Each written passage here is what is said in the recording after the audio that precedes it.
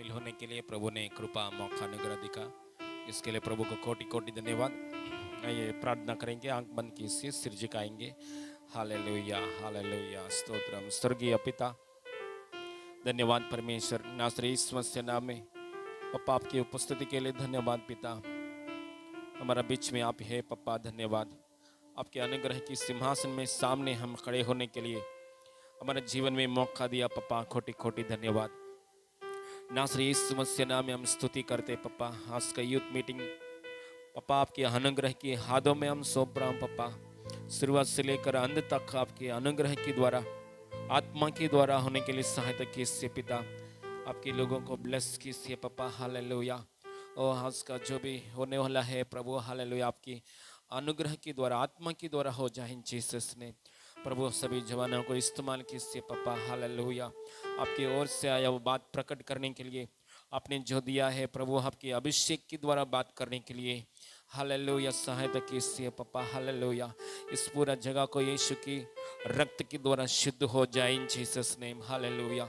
शुरुआत से लेकर अंत तक आपकी सहायता के लिए धन्यवाद। सारे महिमा आपको देते पिता, प्रभु यीशु मसीह नाम में मांगते पिता परमेश्वर, आमीन। सारी सृष्टि करे मिलकर, जिसकी महिमा सृष्टिकर्ता की होवे जय। सारी सृष्टि करे मिलकर, जिसकी महिमा सृष्टिकर्ता की होवे जय। जब तक है मुझ में जान, गाता रहूंगा सदा होसना प्यारे मसीहा की। जब तक है मुझ में जान, गाता रहूंगा सदा होसना प्यारे मसीहा की। मेरा यीशु मसीह ना बदलता कभी, मेरा यीशु मसीह वो कितना भला है, साथ मेरे रहता सदा। मेरा यीशु मसीह ना बदलता कभी, मेरा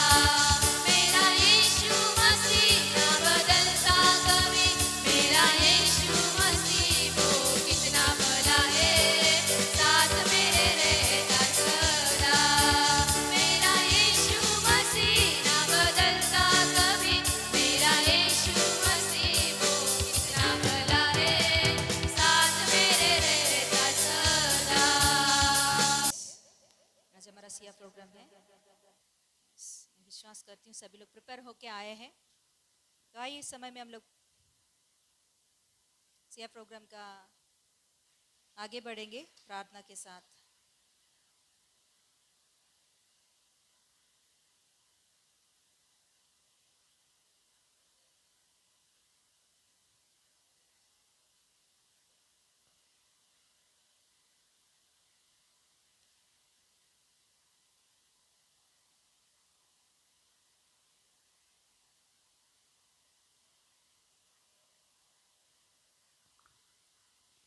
मई महीने का गाने का समय है समीक्षा। क्वेश्चन से निकिता, स्टोरी नेहा, कंठस्थ वाक्य ज़रुब्बाबेल और वेदांत और वर्ड वेदांगी। Yes hallelujah. प्रार्थना करके आज का सिया प्रोग्राम को हम शुरू करेंगे। Yes thank you Jesus. Hallelujah hallelujah. सर्वशक्तिमान ईश्वर प्रभु दयालु प्रेमी परमेश्वर राजा मैं धन्यवाद देती हूँ आपके उपस्थिति में पापा हम सभी को इकट्ठा किया इसके लिए धन्यवाद राजा। गए दिनों से लेकर प्रभु अभी तक प्रभु तूने हमें संभाला। इस पुनरुत्थान के दिन में प्रभु तेरी उपस्थिति में अब हम सभी को प्रभु हालेलुया आपकी उपस्थिति में आराधना करने के लिए जो आपको देना चाहिए वो समय और प्रभु हालेलुया आराधना और प्रभु हालेलुया हमारे मन पापा हमारे समय प्रभु आपको देने के लिए आपने दिया हुआ इस अच्छा मौका के लिए धन्यवाद देती हूँ पापा। इस पुनरुत्थान के दिन में पापा आपकी उपस्थिति हमारे बीच में बहुत आयत से होने के लिए सहायता कीजिए पापा।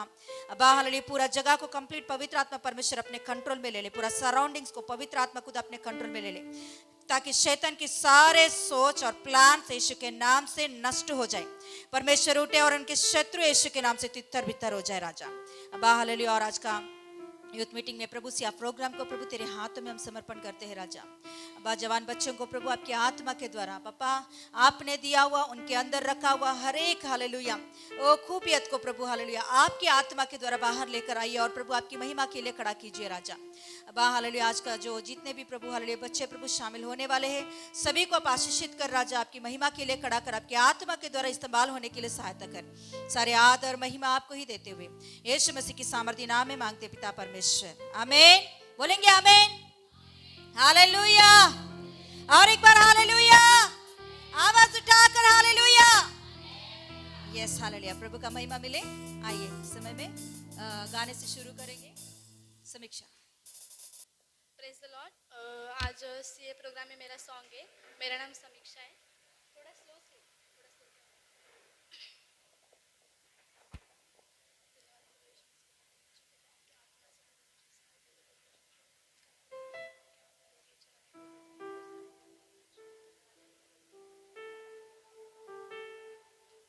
हे मेरे मन यहोवा को धन्य धन्य तू कहता जा। है मेरे मन आत्मा और सच्चाई से कर आराधना।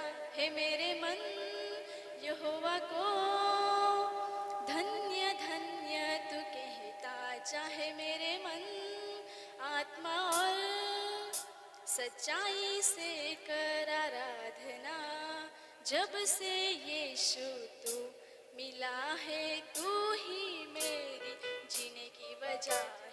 जब से यीशु तू मिला है तू ही मेरी जीने की वजह है।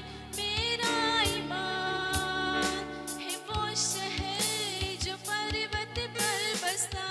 मेरा ईमान है यीशु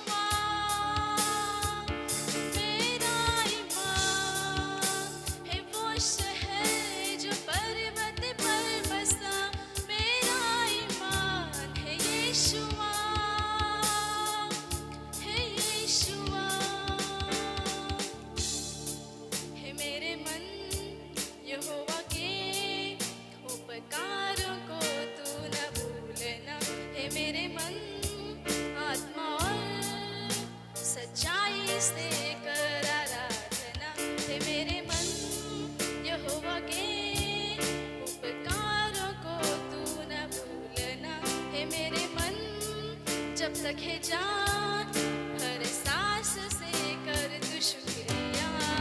जब से यीशु तू मिला है तू ही मेरी जीने की वजह है। जब से यीशु तू मिला है तू ही मेरी जीने की वजह है। मेरा ईमान है वो शहर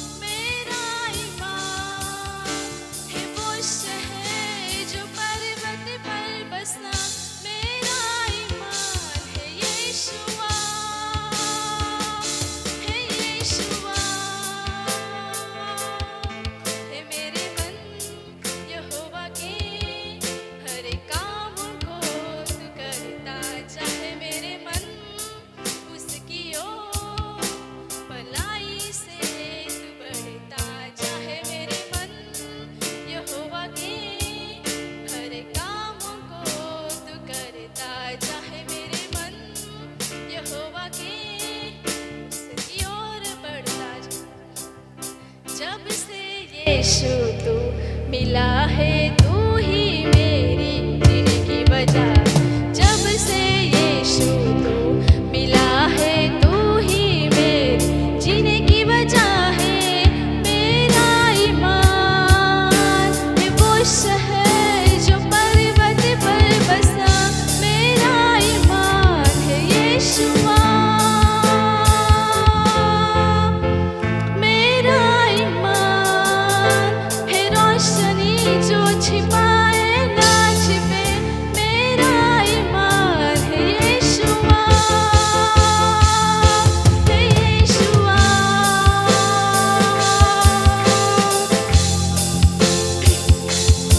है मेरे मन यहोवा के हर वचनों को तू सुनता जा। है मेरे मन यहोवा के हर वचनों को तू पढ़ता जा। है मेरे मन यहोवा के हर वचनों को तू सुनता जा। है मेरे मन यहोवा के हर वचनों को तू पढ़ता जा।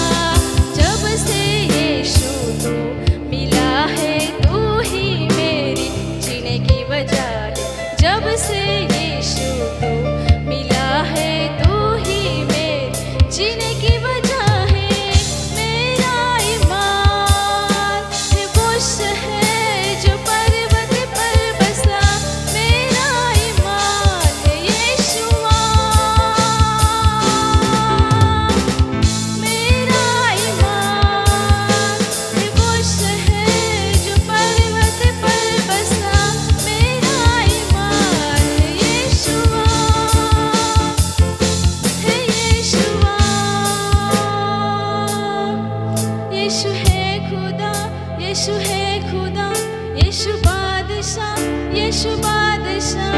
यीशु है खुदा, यीशु है खुदा, यीशु बादशाह, यीशु बादशाह। यीशु है खुदा, यीशु है खुदा, यीशु बादशाह, यीशु बादशाह। है मेरे मन यहोवा को धन्य धन्य तू कहता जा। है मेरे मन आत्मा और सच्चाई से कर आराधना। है मेरे मन यहोवा को धन्य धन्य तू कहता जा। है मेरे मन आत्मा और सच्चाई से कर आराधना।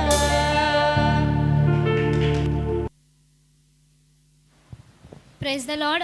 मेरा नाम निकिता है और आज मेरे क्वेश्चंस है चैप्टर प्रेरितो 1 से लेकर 14 तक।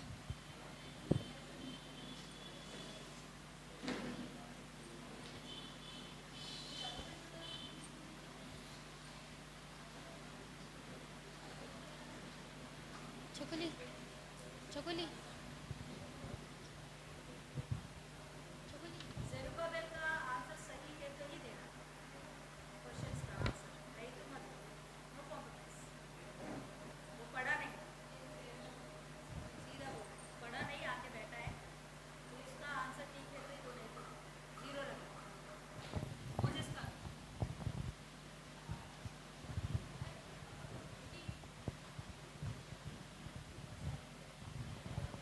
क्वेश्चन बोलूं। फर्स्ट, लोगों ने पौलुस को देखकर ऊंचे शब्द में लुकाउनिया भाषा में क्या कहा? लोगों ने पौलुस को देखकर ऊंचे शब्द में लुकाउनिया भाषा में क्या कहा? जब पौलुस एक शहर में गया था तो वहाँ के लोगों ने कुछ कहा था पौलुस को, एक कार्य देखने के बाद, तो वो लिखना है।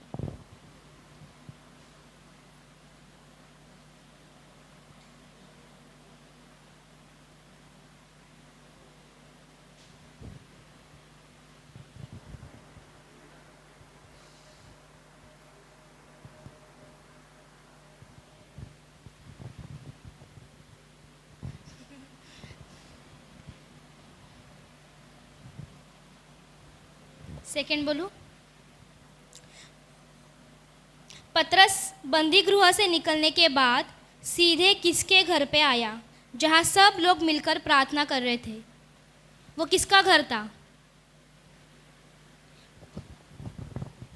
उन्हीं में से किसी एक का घर था। उसका नाम लिखना है। वो पूरा लिखा है, स्टार्टिंग में ही लिखा है।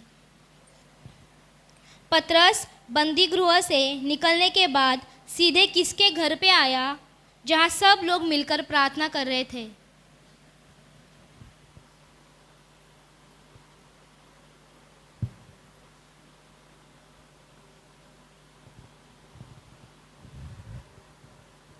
थर्ड बोलूं? पौलुस ने जो बार यीशु था, बार यीशु एक टोना करने वाला था, उसके अधर्म के लिए उसे एक सज़ा दी, मतलब एक श्राप जैसा कुछ बोला। वो क्या था? वो लिखिए। पौलुस ने बार यीशु को उसके अधर्म के लिए क्या सज़ा दी? जब पौलुस घूम रहा था तो एक जो टोना करने वाला था, जो विश्वासियों को रोक रहा था, उसके लिए परमेश्वर के ओर से पौलुस ने उसको एक बात कही, एक सज़ा दी श्राप के रूप में। तो वो क्या था? वो लिखिए। चैप्टर 13 में है।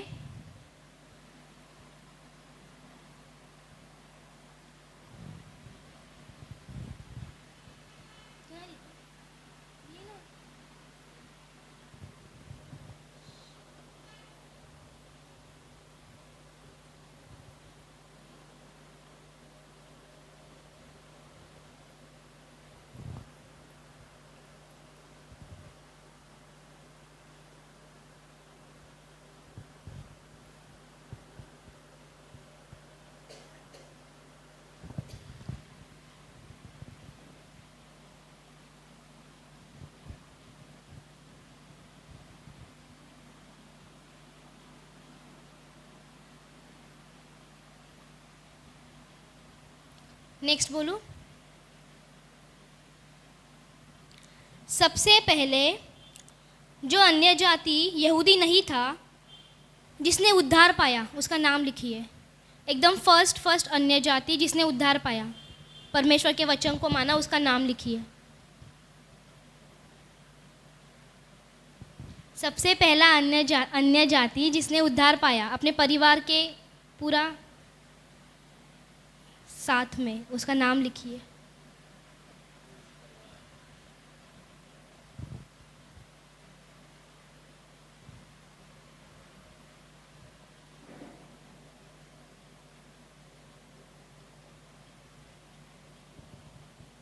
उसके बारे में पूरा पैराग्राफ है, पूरा चैप्टर में। नेक्स्ट बोलूं? नहीं, 10 में। फिल इन द ब्लैंक है। तब तो परमेश्वर ने अन्य जातियों को भी जीवन के लिए डैश डैश का दान दिया है। तब तो परमेश्वर ने अन्य जातियों को भी जीवन के लिए डैश डैश का दान दिया है। चैप्टर 11 में है।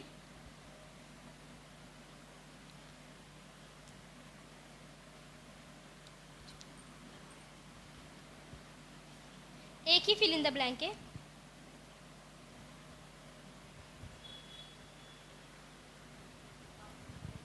तब तो परमेश्वर ने अन्य जातियों को भी जीवन के लिए डैश डैश का दान दिया है।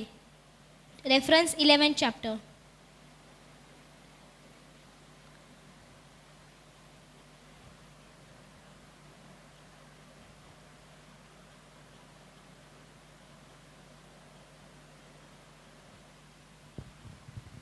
नेक्स्ट बोलूं?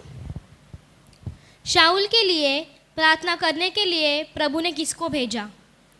शाऊल जो पौलुस भी कहलाता है, जब वो अंधा हो गया था तो उसके लिए प्रार्थना करने के लिए परमेश्वर ने उसके एक सेवक को भेजा था। उसका नाम लिखिए।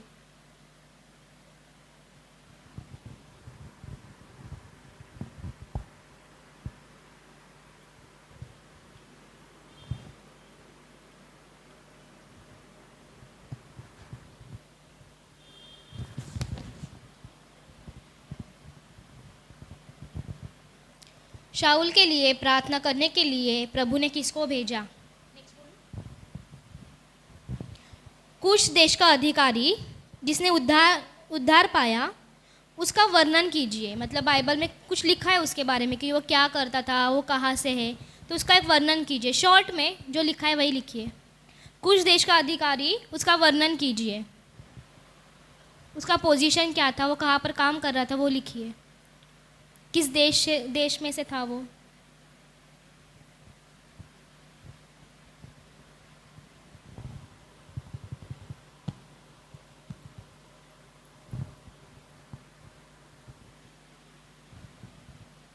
फिलिपुस के साथ जो एक अधिकारी का वर्णन किया है, मतलब उसने फिलिपुस ने उसको वचन बताया। यशायाह की पुस्तक पढ़ रहा था वो, उसके बारे में डिस्क्राइब कर, जो भी वो कहाँ से था, मतलब किसके अंडर काम कर रहा था, वो सब लिख। चैप्टर रेफरेंस है 8।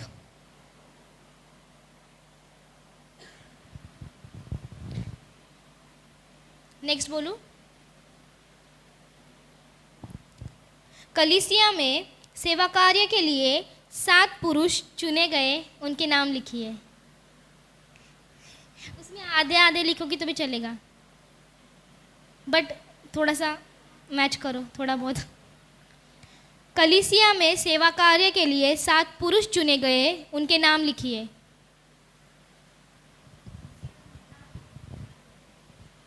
चार तो एटलीस्ट कंपलसरी लिखना है, 4। हाँ, 4 नाम लिखिए एटलीस्ट।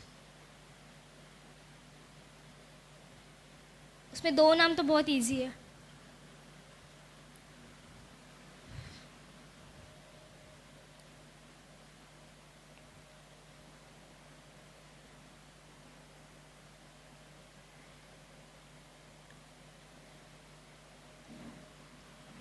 नेक्स्ट बोलूं।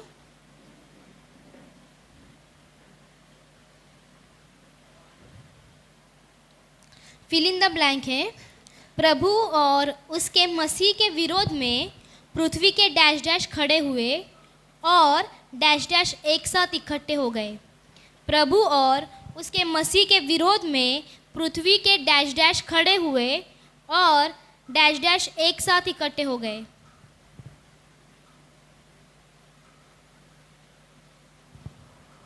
प्रभु और उसके मसीह के विरोध में पृथ्वी के डैश डैश खड़े हुए और डैश डैश एक साथ इकट्ठे हो गए। रेफरेंस 4th चैप्टर है।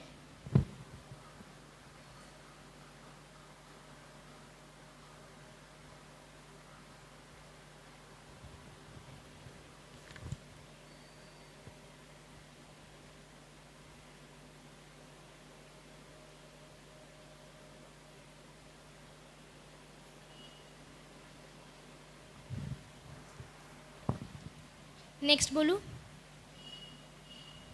पतरस और यूहन्ना ने भिखारी को चंगा किया, उस द्वार का नाम क्या था? जहाँ पर उसने लंगड़े भिखारी को चंगा किया, उस द्वार का नाम लिखिए। पतरस और यूहन्ना ने एक लंगड़े व्यक्ति को चंगा किया, उस द्वार का नाम क्या था? वो जगह वहाँ पे लिखा है कि वो उसको ये बोलते हैं। Reference 3rd chapter.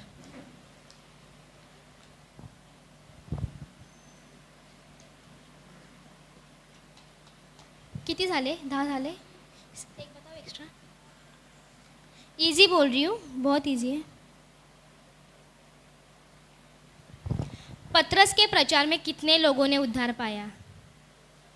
फर्स्ट, बहुत फर्स्ट में ही लिखा है, चैप्टर 2 में स्टार्टिंग में ही जब वो प्रचार करता है पतरस 11 लोगों के साथ खड़े रहकर, तो कितने लोगों ने वहाँ पर उद्धार पाया था, मतलब बपतिस्मा लिया था?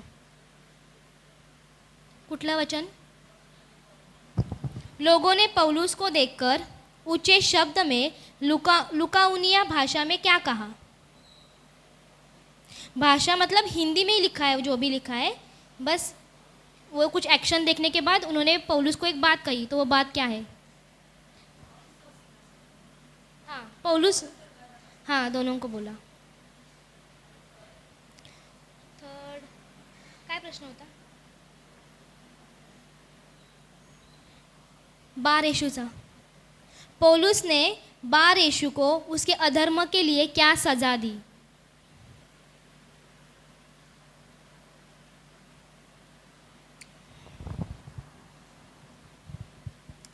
हो गया है. Praise the Lord. Thank you Jesus. धन्यवाद को दे सर्वशक्तिमान परमेश्वर जिंदा है प्रभु, तेरे आत्मा के द्वारा इस्तेमाल कर, तेरी अगुवाई के द्वारा प्रभु यीशु मसीह के नाम से मांगते प्रभु। एक गांव में एक पेंटर रहता था, तो ना उसकी पेंटिंग बहुत बढ़िया मतलब बहुत अच्छी रहती थी, और वो रोज़ रात को पेंटिंग बनाता था और सुबह बेचता था। उसकी पेंटिंग की कमाई 500 रुपये रहती थी। तो मतलब हर रोज़ हर रात को पेंटिंग बनाता था और सुबह बेचता था। तो महीने की उसके ना 15,000 ऐसे कमाई होती है। फिर उसके बाद ना वो धीरे धीरे धीरे ना मतलब उसकी पेंटिंग बहुत मशहूर होने लगी। वो जैसे करता था तो लोग उसके पेंटिंग की बहुत ज़्यादा तारीफ़ करने लगे। फिर उसके बाद धीरे धीरे ना वो बूढ़ा होता गया, और फिर बूढ़ा होता गया तो उसको ना मतलब जो पेंटिंग कर रहा था, पेंटिंग मतलब कलर्स देता, तो उसके हाथ पैर बहुत ऐसे ऐसे कांपते थे। तो उसको ना आ ही नहीं रहा था कि मतलब पेंटिंग के विषय में। तो उसका छोटा बेटा रहता था, तो ना एक दिन उसने मतलब ऐसा सोचा कि मेरे बेटे को मैं पेंटिंग सिखाऊंगा, तो उसके द्वारा मैं मेरे बेटे को सिखाऊंगा तो मैं और मतलब उसको भी मेरी जो कला है वो उसको मैं सिखाऊंगा। तो उसके बेटे को ना वो धीरे धीरे पेंटिंग सिखाना, मतलब छोटा था तो धीरे धीरे पेंटिंग सिखाना चालू करता है कि कैसे पेंटिंग बेचना है, पेंटिंग को कैसे कलर देना है, पेंटिंग को कैसे अट्रैक्टिव बनाना है। वो ऐसे धीरे धीरे वो बेटे को सिखाने लगा। तो उसका बेटा ना पेंटिंग तैयार करने लगा। तो एक दिन उसके बेटे ने पेंटिंग बनाई और वो पेंटिंग बेचने गया। तो बेचते टाइम उसके पेंटिंग 100 रुपये में बेची। तो वो घर दौड़ते दौड़ते आया और पापा को बोला कि पापा मेरी पेंटिंग 100 रुपये में बेची। तो उसके पापा बहुत ज़्यादा खुश हुए, पर वो मन ही मन में उदास हो गया। तो उसके पापा बोले, अरे पगले, तेरा पेंटिंग तो इतना मतलब पहली बार तूने बेचा है तो तेरे 100 रुपये में बेची है। तो वो बोला कि पापा और मतलब उसको अट्रैक्ट मतलब और पैसे कमाने के लिए मैं क्या करूँ ये पेंटिंग को। तो उसका पापा बोला, मैं तुझे सिखाता हूँ। तो वो ना पेंटिंग और मतलब कैसे मतलब उस पेंटिंग में अट्रैक्टिव और कैसे पेंटिंग करना है और मतलब उसको डिटेल बातें बताना लगा कि कैसे और बनाने के लिए। तो वो ना बनाता है, रात भर बनाते हैं। दूसरे दिन ना वो पेंटिंग बेचने को जाता है। तो बेचने के बाद उसको 200 रुपये मिलता है। तो फिर से दौड़ दौड़ कर आता है, बहुत खुश हो जाता है कि पापा को बोलता है, पापा मेरे इस बार 200 में बेची है। तो पापा भी बहुत खुश हो जाता है। तो पापा ना एक बार उसको बोलता है, फिर से बोलता है कि मैं तुझे और पेंटिंग मतलब और उसकी बातें और गहराई तुझे बताता हूँ। तो ना वो पेंटिंग सीखता है और ना वो गहराई पूरी सीखता है और बहुत अट्रैक्टिव मतलब बहुत अच्छी पेंटिंग बनाता है और वो पेंटिंग को बेचने जाता है। तो उसकी पेंटिंग ना 700 रुपये में बेचती है। तो बहुत ही मन में बहुत खुश हो जाता है। रास्ते में बहुत मतलब कूदते डांस करते करते घर में आता है और बोलता है पापा को, पापा आज मैंने 700 रुपये में पेंटिंग बेची है। तो उसका पापा बोला, ओह बहुत अच्छा, गुड गुड। तो उसके बाद ना उसका पापा बोलता है, चलो मैं तुझे ना और अच्छे से मतलब कैसे और आगे बढ़ने के लिए मैं तुझे अच्छे से पेंटिंग बनाना सिखाता हूँ। तो उसके पापा को बोलता है, बस हो गया पापा, अभी बस, आपने तो सिर्फ 500 रुपये में बेची है, मैंने तो 700 रुपये में बेची है। तो उसका पापा ना मन में बहुत उदास हो जाता है और बोलता है कि बेटा तू इतना तक, मैं तुझे आगे सिखाता हूँ। तो वो बोलता है, नहीं पापा बस, आपने तो कुछ नहीं किया है, इतने ही तक 500 तक ही आपने किया है, उसके आगे तो नहीं गया। मैंने तो आपके आगे गया हूँ, 700 रुपये में गया हूँ। तो उसके पापा मन में बहुत उदास हो जाता है। तो मतलब कि उसके आगे मतलब और वो बाहर देश में भी जाता है, उसको पेंटिंग का बुलाने जाते हैं। तो ना एक बार ऐसा रहता है कि उसको पेंटिंग में ना कुछ गलत रहता है। उसको पहले पापा गाइड करता था कि मतलब ऐसे करना है, ऐसे पेंटिंग नहीं करना है, ऐसे करना है। तो बाहर देश में जाते तो उसको पापा जब उसको पेंटिंग में ना लोग नाम रखने लगे कि नहीं ऐसा नहीं, बराबर नहीं है। तो उसको मन में याद आ गया कि मेरे पापा पहले बताते थे तो मतलब मुझे कुछ तो मतलब उसकी वजह से मुझे लोग तारीफ़ करते थे। तो उसके बाद ना वो उदास होने लगा और फिर उसको बातें याद आने लगी कि मेरे पापा ने मुझे सिखाई है, मेरे पापा ने वो पेंटिंग सिखाई, इसके वजह से मुझे वो बातें मतलब लोग मेरी तारीफ़ करते थे, पर अब मैंने खुद की वजह से वो मतलब पेंटिंग करना सीखी तो मुझे कोई लोग तारीफ नहीं करते थे। तब उसके उस समय ना उसे बहुत ज़्यादा घमंड आया था कि मतलब पापा सिखा रहे थे तो मतलब उसने पापा को बोला कि आपने तो सिर्फ 500 रुपये में बेचे, मैंने तो 700 रुपये में बेचे। तो उसको बहुत मतलब रियलाइज़ हुआ कि मैंने इतने से में बेचा, मतलब मुझे लोग अभी बोलने लगे। तो इसके मतलब इस स्टोरी के द्वारा मैं बताना चाहती हूँ कि पहले दिनों में वो 700 रुपये में मतलब उसका पापा 500 रुपये में बेचता था, पर उसका बेटा ने 1000 रुपये से 100 रुपये में से स्टार्ट किया। तो मतलब ये देखता है कि उसके पापा की अनुग्रह दया थी उसके ऊपर, उसके पापा ने सिखाया था, उसके पापा ने जो भी उसको दिया था उसके पापा की वजह से वो आगे बढ़ा था, इतने बड़े पोस्ट में उसके पापा की वजह से बढ़ा था। तो मैं एक वचन दिखाऊंगी, नीति वचन का 16 का 18।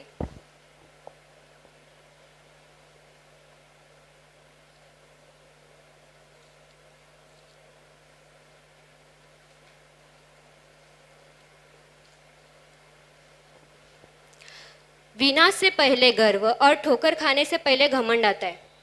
पहले उसको मतलब बहुत अच्छा लगता था कि पापा सिखा रहे थे, तो उसको बहुत ज़्यादा मतलब कि पापा सिखा रहे, पर उसके बाद उसको घमंड, बहुत ज़्यादा घमंड है कि पापा को उसने तुच्छ जाना, मतलब पापा की बातों को जो पापा उसको बोल रहे थे वैसे ही मतलब उसके बारे में, मतलब उसका 100 रुपये से स्टार्ट हो रहा था पर उसको 700 में ही अटक गया, पर उसके पापा का पहले स्टार्टिंग 500 रुपये था। तो मतलब वही कि पापा की दिए हुए अनुग्रह दया जो पापा उसको सिखाते थे, वैसे हमें भी मतलब जो भी मतलब अभी हम भी एक मतलब वो एक पत्थर सा था पर एक उसको एक अच्छा मतलब कोने का सिर का मतलब एक वचन भी है, पास्टर जी ने लिया था भी, हम भी एक कोने का मतलब एक पत्थर है। तो परमेश्वर ने हमें एक कोने का सिरका बनाए, हमें ऊंचे स्थानों में रखना है। उसके लिए मतलब हम कभी कभी, मैं भी पहले दिनों में मतलब बहुत ज़्यादा घमंडी थी, मतलब घमंड बोलना तो बहुत ज़्यादा, मतलब हमारा फैमिली इतना बड़ा है, हम इतने, पर परमेश्वर में आने के बाद मतलब मुझे पता चला कि घमंड करना है तो परमेश्वर के ऊपर। अभी भी प्रॉपर्टी का पैसा आया तो मैं ना एक ही मतलब कि पास्टर जी हमेशा मतलब वचन बोलते थे कि घमंड करो तो परमेश्वर के ऊपर, कितना भी प्रॉपर्टी का पैसा है कुछ भी है। तो मैं सच में परमेश्वर का धन्यवाद करती हूँ कि हमारे पास मतलब प्रॉपर्टी का पैसा है, जो भी कुछ आज दिन हम खड़े हम बोलते परमेश्वर की वजह से है कि हम कॉलेजेस में स्कूल में अभी हमें अच्छे से मार्क्स मिलते हैं, पर परमेश्वर की वजह से हमें यीशु मसीह हमें सिखाता है उसके द्वारा कि कैसे चलाना, कैसे रहना है। घमंड करो तो परमेश्वर के ऊपर करो। वैसे उसने मतलब अपने पापा की बात टालने की वजह से उसको बाद में पछतावा, मतलब जो उसका नाम था वो कम हो गया। वैसे ही परमेश्वर ने हमें दिया हुआ है, परमेश्वर ने हमारे ऊपर से अनुग्रह का हाथ उठा मतलब निकाल दे तो हमारी कोई वैल्यू नहीं है। अभी तक हमारे ऊपर परमेश्वर का अनुग्रह, इसलिए हमें लोग अच्छे से मतलब अच्छी दृष्टि से देखते हैं। घमंड करो तो परमेश्वर के ऊपर। ये स्टोरी यही है। Praise the Lord. मेरा नाम ज़ेरुब्बाबेल है और मेरा कंठस्थ है।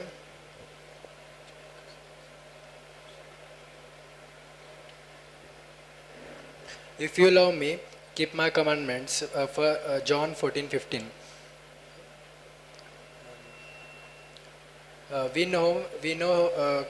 We have come to know him because we keep his commandments. 1 John 2:3. 1 John 2:3.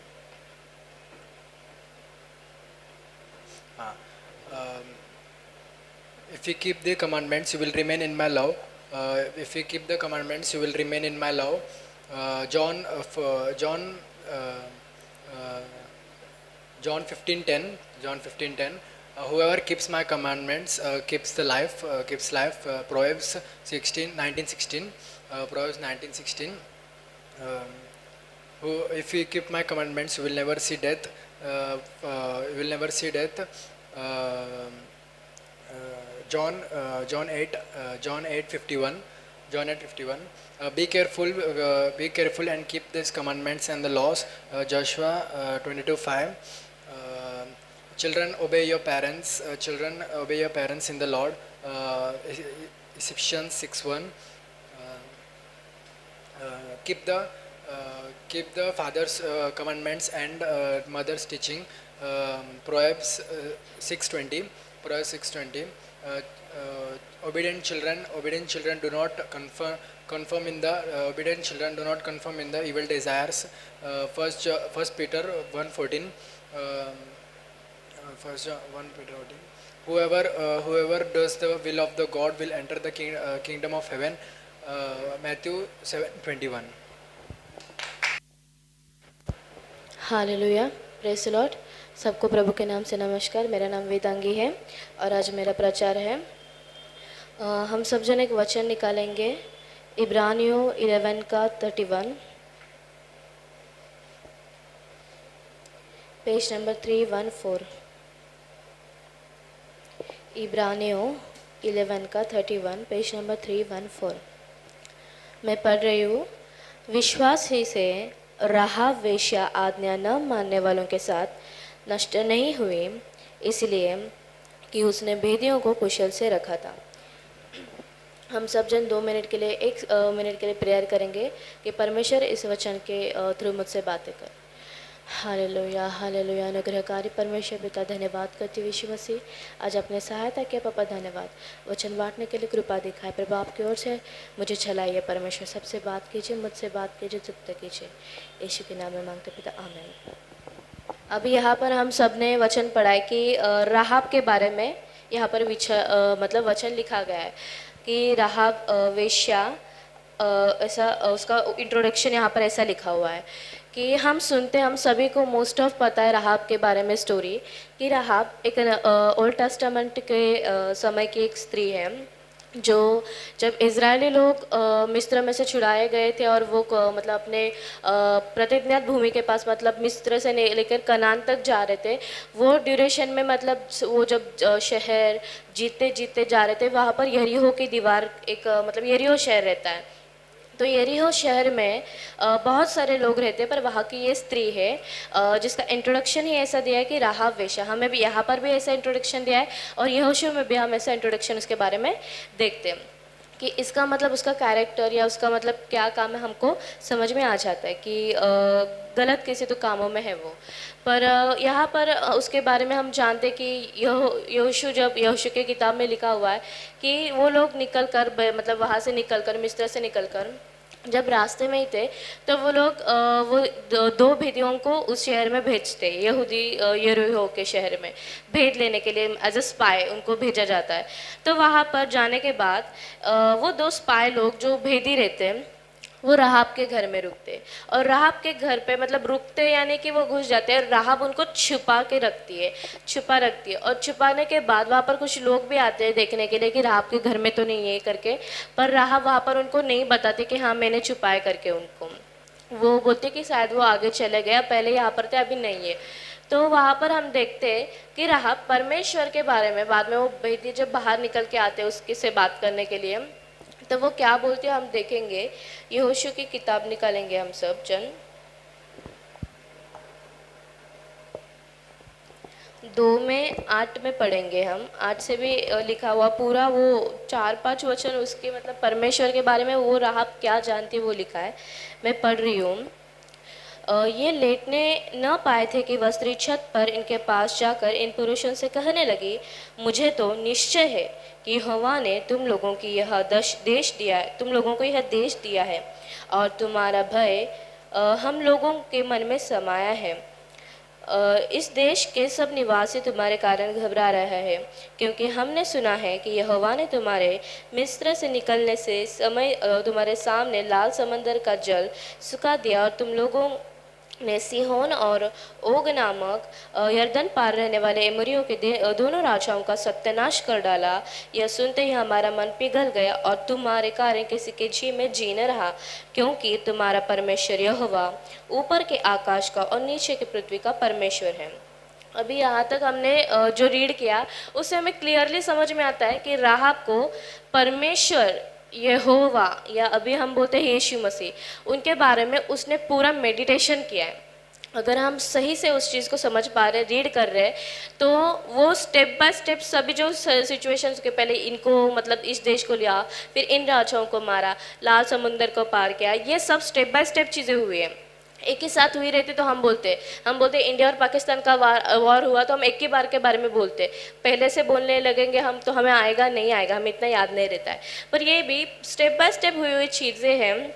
राहाब ने प्रॉपर याद रखी वो चीज़ें कि कैसे परमेश्वर ने उनके साथ रहकर वो सिचुएशंस में काम किया, और लास्ट में वो बोल रही है कि तुम्हारा परमेश्वर यहोवा ऊपर के आकाश और नीचे के पृथ्वी का परमेश्वर है। यहाँ पर वो अपनी बात खत्म करती है ये बोल के कि मतलब उसने समझ लिया कि परमेश्वर ही परमेश्वर है, यहोवा ही परमेश्वर है करके उसने उस चीज़ के ऊपर विश्वास किया। उसने पूरे बातों को देखा, परखा, समझा, अपने देश के हालातों को भी समझा। यहाँ लोग डर रहे हैं, परमेश्वर का उनके अंदर क्या है कि भय है करके उसने समझ लिया और उसने विश्वास किया, और इस विश्वास के ही वजह से राहाब ने वहाँ पर भेदियों को छुपाया था। क्योंकि अगर उस देश के लोगों को पता चलता, वहाँ के राजा को, वहाँ के सरकार को पता चलता कि राहाब के घर में उस स्पाई को छिपा के रखा है, तो ऑफ कोर्स राहाब को कुछ ना कुछ पेनल्टी लगती, पनिशमेंट मिलती, उसको डेथ भी बोल देते थे, मतलब पनिशमेंट के हिसाब से डेथ भी दे देते थे, कुछ भी कर सकते थे। पर राहाब ने इस बात के लिए थोड़ा सा भी नहीं डरी, वो बिंदास उस स्पाई लोगों को छुपा के रखी थी, क्योंकि तो उसने परमेश्वर के ऊपर विश्वास किया था। परमेश्वर के ऊपर विश्वास करने की वजह से उसने वो कदम उठाया कि उसको पता था, एक आशा थी कि आगे यही परमेश्वर मेरे लिए भी काम करेंगे करके। तो वो वहाँ पर वो भेदियों के साथ एक प्रॉमिस मांगती है बाद में कि अभी तुम जा रहे हो पर मुझे बचाना, जब तुम इस देश को लेने के लिए, मतलब देश के साथ युद्ध करने के लिए आओगे तब मुझे बचाना करके उसके मन में आशा थी, क्योंकि उसको पता है अब तक परमेश्वर उनके साथ है, आगे भी साथ रहेंगे। उसने मतलब नहीं चाहती थी कि वो नाश हो, क्योंकि उसको यकीन था कि अगर यहाँ पर लोग आएंगे मैं उनके साथ अभी नहीं बात करूँगी, इनको नहीं छुपाऊंगी या मतलब उनको साथ नहीं दूंगी, तो ऑफकोर्स उनका परमेश्वर सामर्थ्य है कि उन्हें हमारे हाथ से मतलब आगे भेजेगा, हमारे लिए मतलब वो हानि वाली चीज़ होगी। पर उसने विश्वास किया उन बातों के ऊपर, उन लोगों को छिपाया, उनके साथ प्रॉमिस भी मांगा। और राहाब ने वो सब चीज़ें, हम स्टोरी जानते हैं अच्छे से कि वो उन स्पाई को छुपाती है, फिर बाद में जब वो लोग आते तो लाल कलर की डोरी उसके घर से मतलब देखकर उसको, उसके पूरे फैमिली को बचा लेते हैं। तो वहाँ के बाद से राहाब की स्टोरी इस बुक में तो भी बंद हो जाती है, उसके आगे हम नहीं देख पाते। पर जैसे हम रूथ के बारे में जानते हैं, रूथ की स्टोरी देखते हैं, वहाँ पर बोझ के बारे में सीखते हैं जो उसका हस्बैंड होता है।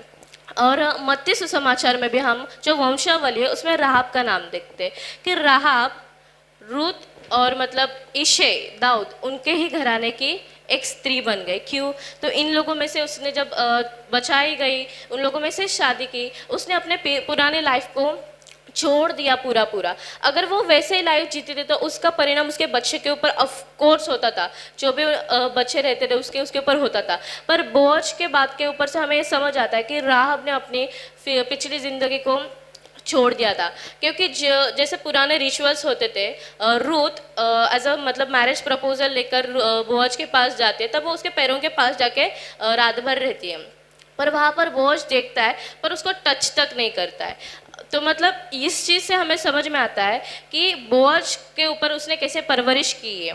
जैसे हम सुलेमान के भी बारे में सीखते थे कि अपने माता के बारे में, मतलब माता उसको इतनी ज़्यादा कुछ चीज़ें परमेश्वर के बारे में कि परमेश्वर कैसे, माता पिता के साथ कैसे रहना चाहिए, सब चीज़ें वो सुलेमान को सिखाती है।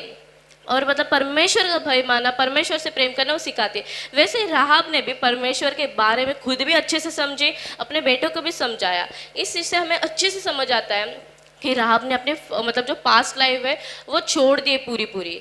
तो परमेश्वर ने इसी चीज़ को देखकर राहाब को ऊंचा किया। हम बोलते हैं कि मतलब अभी याकूब को इतने सारे बच्चे थे, उसमें से परमेश्वर ने यहूदा को ही चुना कि वो वंश में से आए, उसमें राहाब का नाम है। तो वो बड़ा पोस्ट है, एक मतलब बड़ी वंशावली है, बहुत मतलब प्रीशियस वंशावली है ये, कि यीशु मसीह जिस मतलब वंशावली में आए उसमें राहाब का नाम रहना। परमेश्वर ने उसको इतना मतलब हाई मतलब प्लेस दे दिया कि तो उसने अपने आप को बदला था, उसने विश्वास किया और उस विश्वास के हिसाब से उसने बदला भी खुद को। तो हमारे लाइफ में भी बदलना ज़रूरी होता है। हम अगर बोलते हैं कि हाँ मैंने परमेश्वर को विश्वास किया है, तो हमारे लाइफ में चेंजेस होना ज़रूरी है। अगर हाँ आप बोल रहे हैं कि नहीं मैंने विश्वास किया और मैं चेंज कर रहा हूँ, तो वो जो चेंजेस होते हैं हमारे बिहेवियर से समझ में आते हैं। क्योंकि वचन कहता है गलातियंस 2:22 कि विश्वास बिना कर्म बिना विश्वास मरा हुआ है। अगर आपके अंदर विश्वास है तो वो दिखेगा ही, अगर विश्वास नहीं है, आप बोल रहे हो सिर्फ, तो बात के ऊपर ये आ जाता है कि मतलब आपके चाल चलन से लोग भी ऐसा सोचते हैं, फिर वो आत्मिक लोग हो या बाहर के लोग, कि नहीं ये परमेश्वर के बारे में मतलब क्या जानती है, फिर परमेश्वर का नेचर तो ऐसा है वैसा, ऐसा बोल भी देते हैं। पर जैसे राहाब ने अपने आप को पूरा ओवरऑल बदल दिया, वैसे ज़रूरी है हमें भी अपने लाइफ को बदलना। हम बोलते हैं कि परमेश्वर के वचन कहता है love, joy, peace, kindness, self control, ये सब बोलते हैं। हाँ मैं ये सब चीज़ें करता हूँ हम बोलते हैं, पर कभी कभार हमारा बिहेवियर से चीज़ नहीं दिखती है। इवन मेरे भी कि कभी कभी हम बोलते कि नहीं मैं नम्र हूँ, पर हम नम्रता नहीं दिखाते, पर ये चीज़ दूसरे लोग नोटिस करते। हमारे बर्ताव की वजह से, हमारे चाल चलन की वजह से दूसरे लोग भी मोटिव होने चाहिए कि नहीं मुझे इनके जैसा चेंज होना है, इनके जैसा मुझे बदलना है। ये मतलब राहब ने जैसे परमेश्वर को अपनाई, उसने पीछे मुड़कर कभी भी नहीं देखा, तो हमें भी कभी भी पीछे मुड़कर नहीं देखना चाहिए। और सेकंड चीज़ है कि अगर हमें किसी एक का कैरेक्टर पता है, कलीसिया में कभी भी अच्छे लोग नहीं आते, कलीसिया में पापी लोग आते, तो उनका पास्ट कुछ भी हो तो हम उसे उसी नज़रिया से नहीं देखना चाहिए। जब राहब को परमेश्वर, उसका ऐसा काम रहकर परमेश्वर ने राहब के पिछले कैरेक्टर से उसको डिफाइन नहीं किया, उसको ये नहीं बोला कि राहब तू तो ऐसी थी, मैं कैसे क्या मेरे वंश वाले मतलब तुझे ले लूँ, परमेश्वर ने नहीं देखा। परमेश्वर सिर्फ ये देखता है कि तुम किस तरह से बदलते हो, मेरी मन की बात को समझते हो या नहीं, ये परमेश्वर को मैटर करता है। परमेश्वर को ये नहीं मैटर करता है हमारा पास्ट क्या था। तो अगर परमेश्वर का डीएनए हमारे अंदर है तो हमारा भी ये नेचर होना चाहिए कि हम दूसरों का पास्ट देखकर उनको क्या नहीं करना चाहिए, जज नहीं करना चाहिए। मैं धन्यवाद करती हूँ कि मैं जब पढ़ रही थी राहब के बारे में, ऑलरेडी ये मैंने फ्राइडे को प्रीचिंग लाई थी, जब पास्टर जी नहीं थे तो मुझे लेने बोले थे, पर ये तब मैंने थोड़ा डिफरेंट लिया था और आज मैंने थोड़ा डिफरेंट लिया है। मैं परमेश्वर का धन्यवाद करती हूँ कि राहब के वजह से मतलब मुझे एक चीज़ समझ में आई है कि बदलावट हो सकता है। हम बोलते नहीं अंश अंश वचन लिखा है तो मैं अंश अंश ही बदलूंगा। परमेश्वर बोलता है मैंने ताकत दी है तुम्हें बदलने की, तुम बदल सकते हो, सिर्फ तुम्हारा मन होना ज़रूरी है। मैं धन्यवाद करती हूँ इस प्रचार के द्वारा। मैं विश्वास करती हूँ परमेश्वर ने आपसे बात की। Praise the Lord.